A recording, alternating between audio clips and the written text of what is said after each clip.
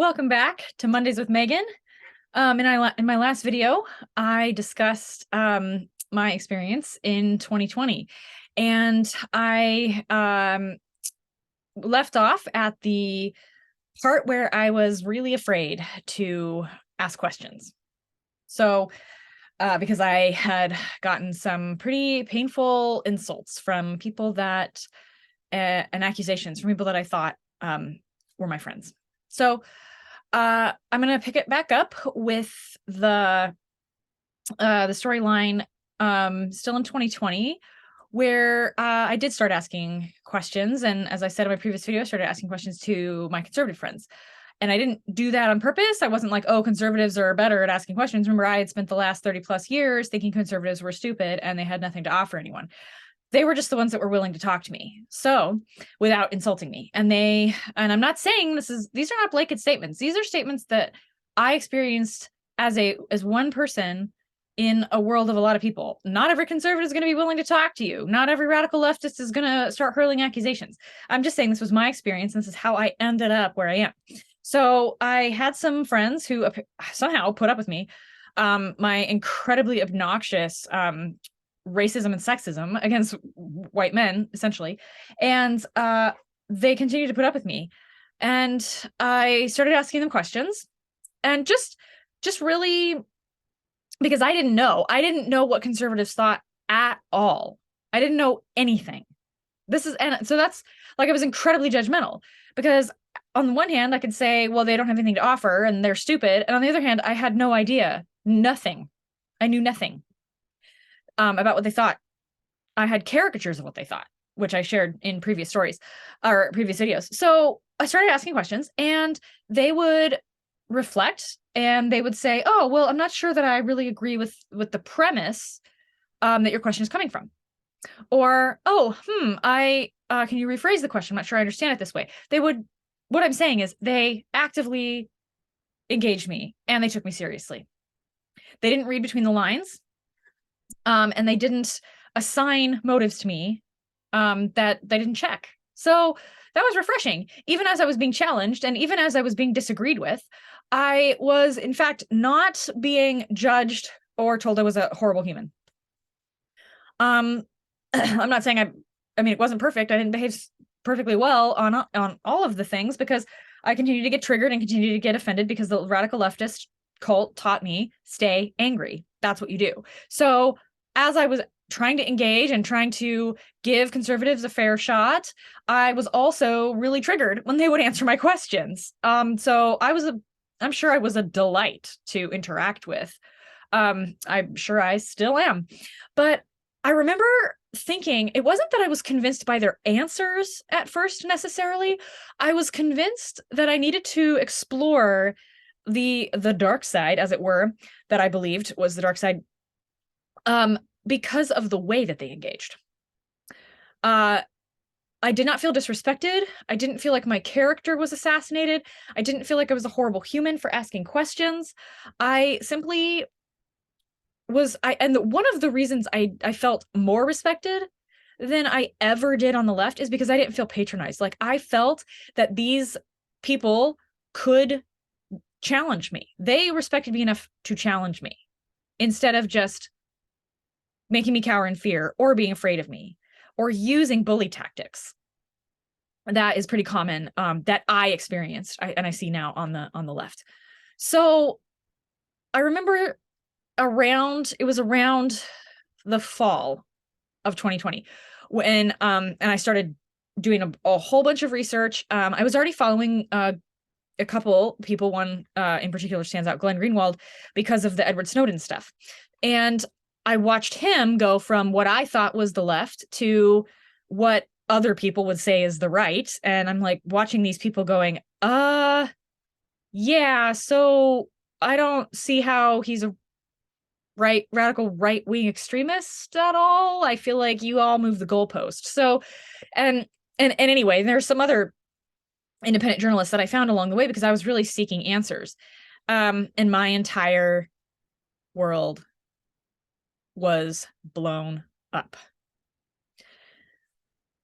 I realized it was probably at this point April of 2021 when I had the first realization that we are not going back to normal, and that this all was intentional and not to stop a pandemic. There is a much greater, as I mentioned before, if you have all of the world governments, or enough such that it feels like all of the world governments, coordinating on obviously unscientific responses to what would really probably, if we had not declared it a pandemic, just been like, oh, that was an unusually bad flu season. You already have a one world government. So I'd heard of the New World Order. I remember George Bush saying something like that. I was not old enough to vote at that point when September 11th happened, but I was in high school. So I remember that was kind of when my political consciousness started being formed by the Monica Lewinsky trial, which seemed to happen like right around the Columbine shooting, which I mentioned is happened in the town I'm from. I was like 7 minutes away in lockdown, and which was America's first lockdown.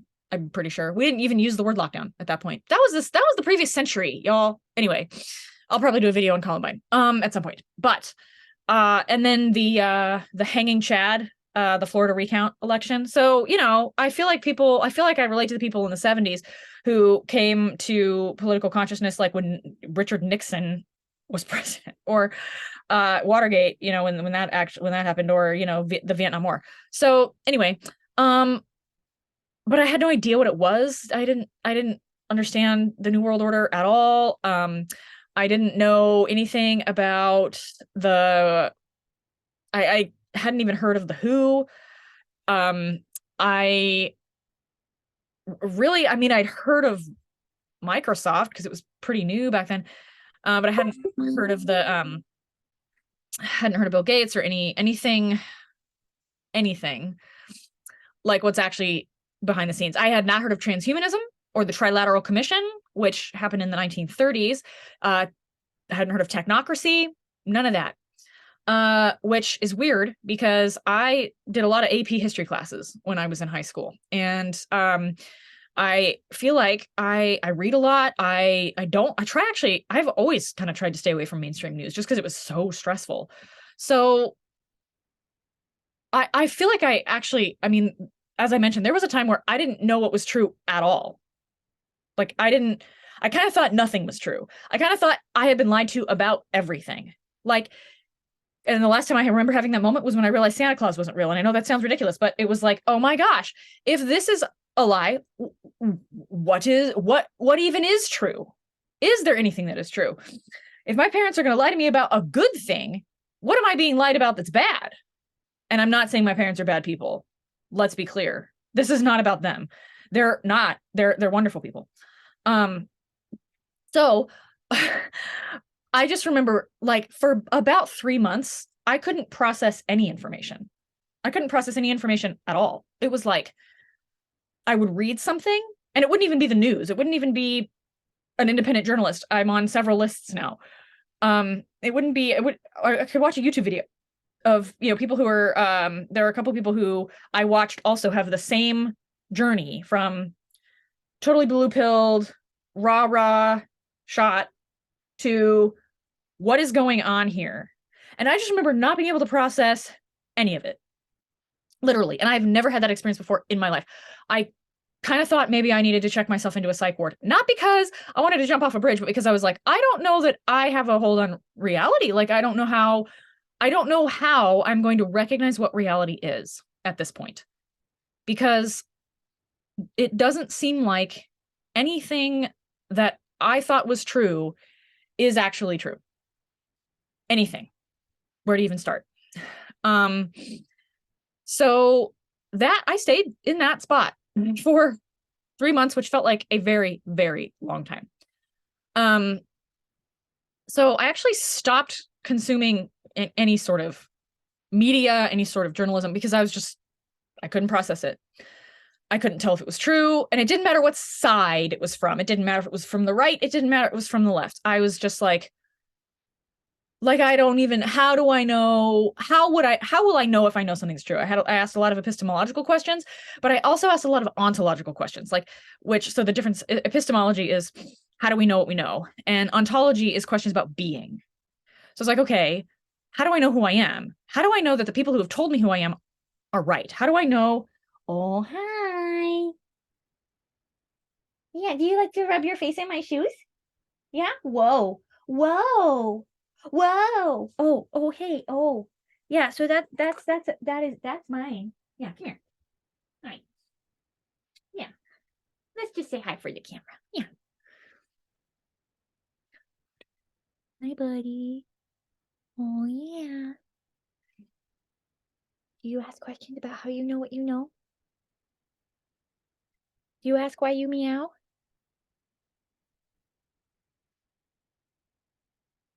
You guys hear that? Little motor. You're probably gonna bat me. Are you gonna bat me? That would be fun to catch on camera, huh? Yeah. Little Mr. Velcro attacks the smothering owner. Hi, buddy. Um, so that's where that stayed for a while. And I think I'm going to end there, keep you all in suspense for how this resolves.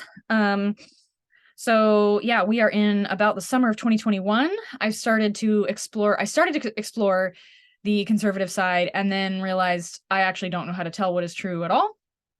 And took a break from, yeah, see, yeah, see, now that's mine. That's my shoelace. That's my shoelace. Um, and that is also around the time I met this guy. Yeah. Yeah. Who turned me officially into a cat person, which is just one of many things that totally changed about who I am. I used to joke that God doesn't give personality transplants, and that is not true at all. And praise the good Lord. Anyway, I'll leave a link to my alternate channels, BitChute and Rumble, in the description. You can also sign up for my newsletter, What the Left Gets Right, at meganwildhood.com, which I will put a link in the description for that as well. You can explore other things I've written, as well as my subscription levels. Excuse you. Yeah. Well, maybe there'll be a cat story up there soon. Yeah. About how the humans don't know. The humans have forgotten that they used to worship kitties. Um, and we'll be back here. Yeah, we'll be back here next week on Mondays with Megan. Okay, bye.